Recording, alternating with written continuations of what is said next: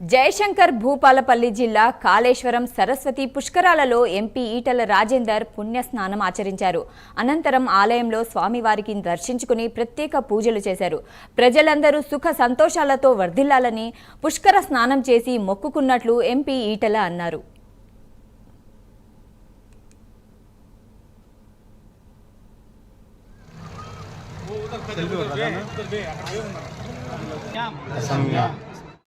గోదావరి ప్రాణహితలో భాగంగా అంతర్వాహినిగా ప్రవహించేటువంటి సరస్వతి పుష్కరాలు ఈ సంవత్సరం జరుపుకోవడం తెలంగాణ యావత్ ప్రజానికానికి శుభం. ఈరోజు మొన్ననే గంగా నదిలో 144 సంవత్సరాలు ఒక అరుదైనటువంటి అవకాశం వస్తే కోటాను కోట్ల మంది భారతీయులు ఆ స్నానాన్ని ఆచరించి సర్వే జనో సుఖినో భవంతు అని చెప్పి మనం మాత్రమే కాకుండా ప్రపంచ ప్రజలంతా కూడా చల్లగా జీవించే భాగ్యం కలగాలని చెప్పి మనం వేడుకోవడం జరిగింది.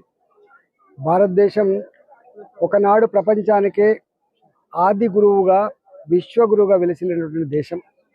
అనేక వేదాలని, అనేక రకాల సంస్కృతులని, సాంప్రదాయాలని, మానవ విలువలని అందించినటువంటి దేశం భారతదేశం.